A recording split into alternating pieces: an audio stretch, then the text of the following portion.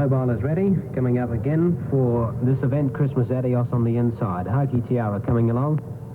Test Mystery moves up now. Under Saffron's coming forward. Bundanoon, Black Trick and Amazing Trick. And Not Before Time on the second line. Now the gate is rolling for the sixth event tonight. Coming up pretty well, although Under Saffron's is galloping badly. He's settling down again into a pace Under Saffron's. Amazing Trick coming up on the outside with Black Trick, and the Mobile turns into the straight. And they're all set to race. Set to go now. Line is good. Blue light, racing now. And going out best, Tiff's Mystery. Harky Tiara began pretty well, and Under Saffron's not far away. Out wide was Black Trick, and then follows Amazing Trick, but Tiff's Mystery leaves them easily round the corner. He clears out a couple on Harky Tiara. Black Trick moving up out wide, and then follows Under Saffron's. On the rail was Christmas Adios, and then Amazing Trick a length away. Second last, Not Before Time, and Bundanoon was last, running down the back straight the first time. And Tiff's Mystery settles in on the lead by a length and a half to Harky Tiara. An extra Black Trick on the outside. They're followed by Christmas Adios. Under Saffron's has got the 1-1, followed by Amazing Trick. One off the fence around Not Before Time. And the trailer in the back straight as they come down the side again, Bundanoon. The leader is Tiff's Mystery, showing out with a lead of a length and a half to Harky Tiara. A neck away on the outside was Black Trick without cover, and then coming on the fence, Christmas Adios. One out and one back was Under Saffron's, a length away to Not Before Time on the inside of Amazing Trick, and a length and a half last of all, Bundanoon. Down the straight they travel, and they've got 2 laps to go, passing the mile, and Tiff's Mystery shows out. In front by a length on Black Trick without cover. Third on the fence, Harky Tiara. Hancock going now on Bundanoon from the tail of the field, 3 wide. Under Saffron's in the centre. On the rail is Christmas Adios, a length and a half to Amazing Trick, second last. And Not Before Time trails the field. Going to the back of the course now, and they've got 1,400 to go, and Tiff's Mystery led. Bundanoon's working very hard around the outside of the field, under the whip to move up to second. Harky Tiara's tucked away on the leader's back, and then Black Trick about to get a trail now from Bundanoon. Christmas Adios over on the inside next from Under Saffron's, and then Amazing Trick racing one off the fence around Not Before Time. Out of the back, and the bell coming up, 1,000 metres to go, and the odds-on favourite Tiff's Mystery is doing it comfortably. He leads with a break of a length. Bundanoon racing without cover now. Harky Tiara third on the fence as they turn into the straight. They'll followed by Christmas Adios, who's on the inside of Black Trick, a length and a half then to Under Saffron's. Not Before Time on the inside, and the trailer still is Amazing Trick. One to go as they get the bell now. A half mile out in the ABC Pacific Coast pace, and Tiff's Mystery held together has been doing it well from the outset. He swings out of the straight in front of Bundanoon the outside. Third Harky Tiara hemmed up on the leader's back, and then Black Trick, who's enjoying the 1-1 at the moment, followed by Christmas Adios. At the head of the others, Under Saffron's, Not Before Time, and Amazing Trick, but down the back inside the 600, and still Tiff's Mystery the leader. Out by a length on Bundanoon on the outside. Harky Tiara's held up on the fence with nowhere to go, followed by Black Trick. In behind them, Christmas Adios, and then at the head of the others, Under Saffron's, Not Before Time, and Amazing Trick, but as they leave the back, Tiff's Mystery still the one to beat, a length on Bundanoon being hard driven. Harky Tiara can't get out. Black Trick going up 3 wide, and in behind them then was Christmas Adios, and then Not Before Time and Amazing Trick. Around the corner, however, and Tiff's Mystery a clear leader, a length and a half to Bundanoon, and then Harky Tiara and Black Trick was next, but Tiff's Mystery kicked away from them halfway down the straight. He's safely holding Bundanoon and Black Trick at bay, and Tiff's Mystery down to the line wins at about 3 lengths, bolted in really. Tiff's Mystery untroubled to beat, I think, Black Trick and those in front of Bundanoon, and then came Amazing Trick, Harky Tiara, Not Before Time, Christmas Adios, and the last to finish is Under Saffron's. Well, number 3, Tiff's Mystery, to pay 80 cents for the win, 55 for the place, tied for second and third, 6 Black Trick, 95, and 8 Bundanoon, 65 for the place. Looks like 3 in a photo after race 6 at Harold Park. Race 6 at Moonee Valley, the Victoria Bitter Stakes, third leg of the quadrilla. You're looking at the numbers of 3 and 5 in the quadrilla, 3 and 5 coming up for this, the third leg. We see number 1 in Rallo, 2.50 and 90. 2 Band of Gold, $9 and $1.50.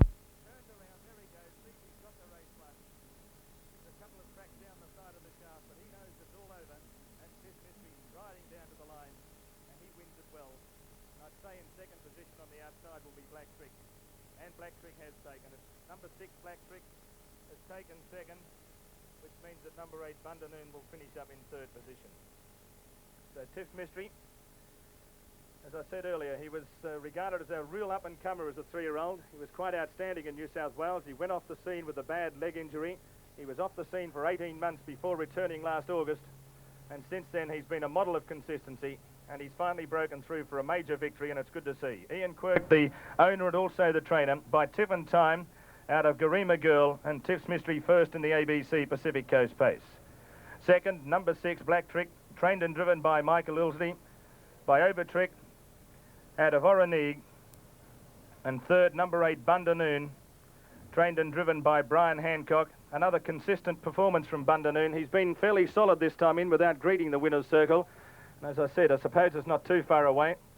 The last few times he's had campaigns, it's taken him a while to find the winner's circle, but normally when he has, he's stayed in it for a while.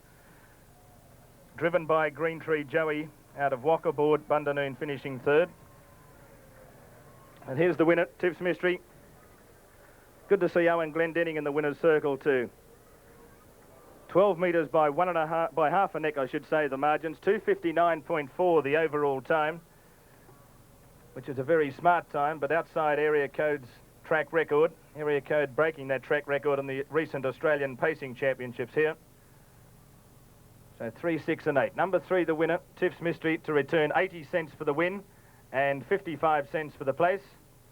And we'll just wait for number 6, Black Trick, to come back up onto the tote board. And shortly we'll be crossing down for the presentation from Mr. Richard Thomas. There's the all clear. 12 metres by half a neck, 2:59.4, 80 cents and 55 cents for the winner in New South Wales. That's number 3, Tiff's Mystery. Second, number 6, Black Trick, to return $1.05 for the place.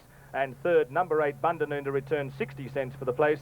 The Quinella on course for $1, 3 and 6 return $7, and the on course running double for those that may be interested. Number 7, the winner of the previous race here at Harold Park, Ebony Axworthy, with number 3, Tiff's Mystery, $27.70.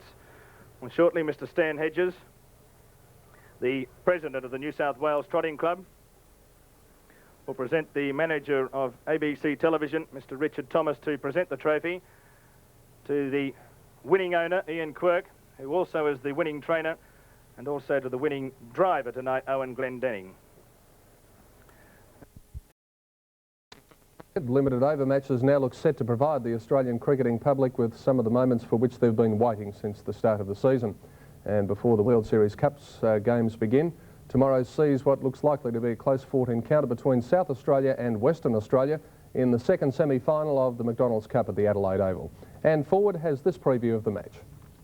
South Australia is riding high in one-day competition this season and has served notice of its intentions in the McDonald's Cup defence, with good wins over Queensland and New South Wales leading up to the final series. And while they might be without star opener Hilditch and the keeper batsman Phillips, the selectors have chosen a balanced side with a great deal of all-round depth. The one-day specialist Pete Brinsley sharpened up in the nets this afternoon, but he has knee trouble, so young pace hope Andrew Zessers is on standby if Brinsley fails a fitness test tonight.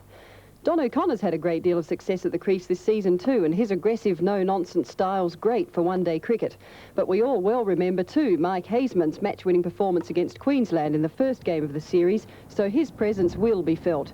David Hooks, on the other hand, has more to worry about, the danger players from WA. Well, I think Hughes, because of his experience, must be the danger player. I think McLeay is a very good one-day player all round, but I don't think he's a match winner with either the bat or the ball individually. I think he's possibly a match winner together, but Hughes is the danger in the one field of batting. Still on cricket, and master batsman Vivian Richards looks certain to take over as captain of the West Indies for the remainder of the Australian summer. Veteran skipper Clive Lloyd is likely to stand down from the position this weekend, although he'll still be available to play during the one-day internationals, which get underway when the Windies meet Australia at the MCG on Sunday. Defending champion Guy Leach is the 3-1 favourite to win tomorrow's Coolangatta Gold Triathlon. Bookmakers on the Gold Coast have Australia's Ironman superstar Grant Kenny as second favourite at 5-1, alongside last year's runner-up Lawrence Rees. There was no training for any of the competitors on the Gold Coast today. Instead, most of the Ironmen elected to take a bus trip around the course, stopping at critical changeover sections along the 24-kilometre strip from Surfers to Coolangatta. From the bus, it was back to the hotel for last-minute weigh-in of skis and boards, and several of the athletes, including Grant Kenny, had to make urgent adjustments. Kenny, a proven champion over short-course Ironman events, is taking on his first 48-kilometre triathlon, although he has been victorious in the Molokai to Oahu ski marathon in Hawaii on 4 occasions. As far as the marathon swim and board go, that's a similar sort of board paddle to what I would do for training anyway. And, well, I haven't really done any long swim work in a race situation. But, you know, I've done, as I said, pretty well in the past in marathon type events, so, you know, I think I should do all right. Last year, Guy Leach was an upset winner of the inaugural Coolangatta Gold. This year, the blonde Manly youngster is hot favourite and undoubtedly under far more pressure to perform well. Well, I haven't really worried about the pressure at all. I'm just trying to go into this race and do my best at the moment. Dr. Ian Mackey, as medical supervisor, has the most important job in tomorrow's torturous triathlon. The dangers involved are obvious. Glenn, the biggest problem is going to be the heat. With the heat comes dehydration, body overheating, and thereby weakening and sometimes collapse in this sort of event. Dehydration's a big problem. They also ran out of sugar, dietary sugar. Tonight's 8-event card of harness racing at Moonee Valley featured the final of the $30,000 CUB 4-year-old championship over 2,400 metres. Outstanding New South Wales pacer Area Code was expected to continue on with the form, which saw him take out the Australian pacing title in Sydney, and he went to the post as short price favourite, with local horses Quite Famous and I'm a Orphan the only others considered. Here's Brian Markovic with his call of the closing stages of race 5. Around the turn of the 300, and Quite Famous straightens up 3 metres in front of Area Code, about to be called upon. Festival Summer making ground, followed by Robert John I'm Orphan. In the straight, and Quite Famous got away. He pinched 5 metres to Area Code, who's flat. Then Festival Summer, Jack Brandon from the clouds are starting to fly home. Quite Famous is clear. He's 5 metres to Area Code. Jack Brandon starting to fly home. Quite Famous in front near the line, and Quite Famous got home 2.5 metres to Jack Brandon. 3 metres away, third Area Code. Quite Famous leading all the way at 5-2 to defeat Jack Brandon at 66-1. Area Code probably cost himself the race at the start, and he was the 2-1 on favourite.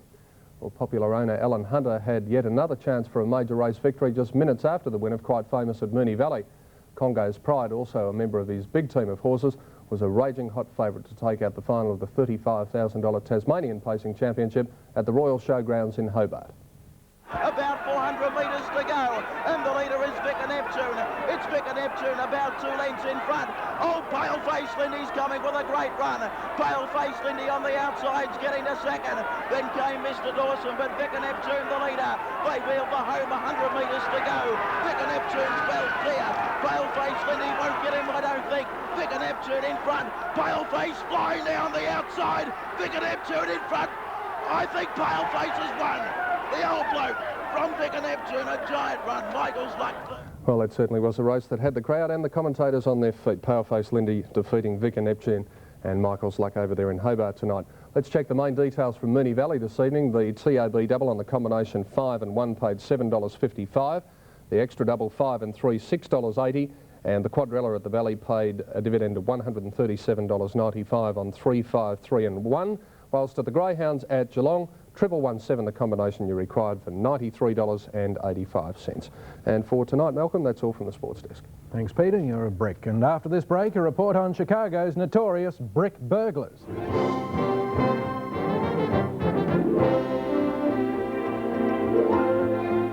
Champion West Australian pacer Pro Chevalier remains favoured for next month's $550,000 Inter-Dominion Championships, despite his shock defeat at Gloucester Park in Perth last night. Little-known 4-year-old Village Kid set an Australasian record to win the race, but there were a number of excuses for Pro Chevalier's loss. Peter Donegan prepared this report of what was a big night of harness racing around Australia. Pro Chevalier is the undisputed king of harness racing in the West, but last night the king was dethroned. After being forced to make a run 4 wide early in the Benson and Hedges Cup, he hit the front on the home turn, but had no answer to the brilliant finish of Village Kid. Pro Chevalier in front. Village Kid is getting to it. The upset of the year. Village Kid went to the front and won the cup from Pro Chevalier. Although beaten, the Frog, as he's known, will still come to Melbourne for the Inter-Dominion at Moonee Valley. And at the Valley last night, local horse Quite Famous upset the odds-on favourite Area Code in the final of the CUB 4-year-old championship. In the straight, and Quite Famous got away. He pinched 5 metres to Area Code, who's flat. Then Festival Summer. Jack Brandon from the clouds are starting to fly home. Quite Famous is clear. He's 5 metres to Area Code. Jack Brandon starting to fly home. Quite Famous in front near the line. And Quite Famous got home 2.5 metres to Jack Brandon. And in Hobart, the great old campaigner Paleface Lindy ploughed through the mud to win his second Tasmanian pacing title in a thrilling finish. Playfield for home, 100 metres to go. Vicar Neptune's well clear. Paleface Lindy won't get him, I don't think. Vicar Neptune in front. Paleface flying down the outside. Vicar Neptune in front. I think Paleface has won. The old bloke from Vicar Neptune, a giant run. Michael's Luck third. Well, hopefully Bill Collins was in much better voice at Moonee Valley today. Details after this break.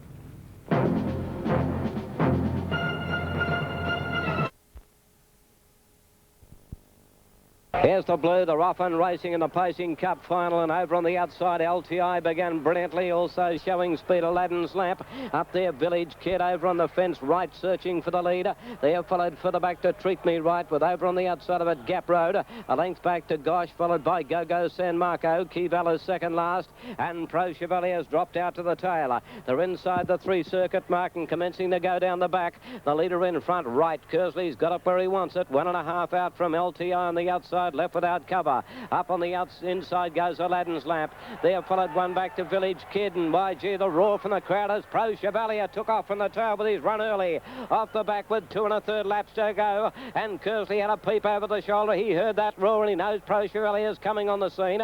Village Kid's around them with a big run.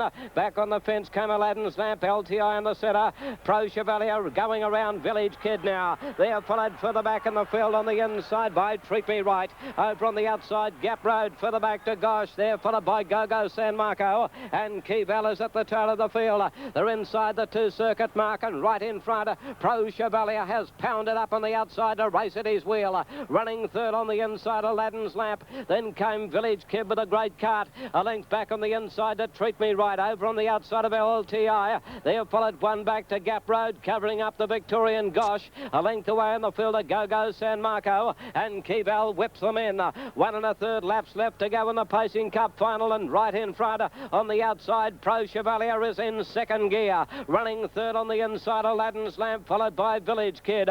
A length away in the field to Treat Me Right with LTI. They are followed by Gosh down on the inside of Gap Road. A length further back to Go-Go San Marco and Keyval. Down to the red lights they go, and it's right in front. Pro Chevalier appears to be coasting on the outside. Back on the fence, running third, Aladdin's Lamp with Village Kid. 3 wide around them. Now goes Gap Road. They're followed by LTI in the centre. Down on the fence came Treat Me Right, Go-Go San Marco, Gosh, and last of all Keyval into that final circuit, and now Perkins has put his foot on the accelerator. Pro Chevalier went up to join right on the inside. 1.5 away to Village Kid, running on stoutly. They're followed by Aladdin's Lamp. Gap Road 3 deep around them. Keyval is making a sweeping run around the outside of LTI. Treat Me Right there, followed by Go-Go San Marco and Gosh off the back, and Pro Chevalier moved up on the outside to tackle right. Village Kid is coming on the scene with a good run. It's Pro Chevalier in front, right on the fence, boxing on, followed by Village Kid running a dogged race. Pro Chevalier in front. Village Kid is getting to it. The upset of the year. Village Kid went to the front and won the cup from Pro Chevalier. Third home, Keyval or Gosh. They're followed further back in the field to right. Further back, Aladdin's Lamp. Then came Treat Me Right, Gap Road, and LTI with Go-Go San Marco. So there it was, the B&H Cup from Gloucester Park in Western Australia on Friday night, and Pro Chevalier having to work in the early stages and then hitting the front on the home turn, but he just couldn't withstand the finish of Village Kid. But he is still the favourite for the Inter-Dominion to be held here at Moonee Valley, as I said, later this year, with Popular Arm, the Victorian champion, apparently well on the road to recovery. And what a marvellous series it's going to be. $555,000 in total prize money, and you'll be hearing more about that here on Channel 7. So that is the B&H Cup in our harness racing report here on World of Sport. You know, one of the good reasons... Well,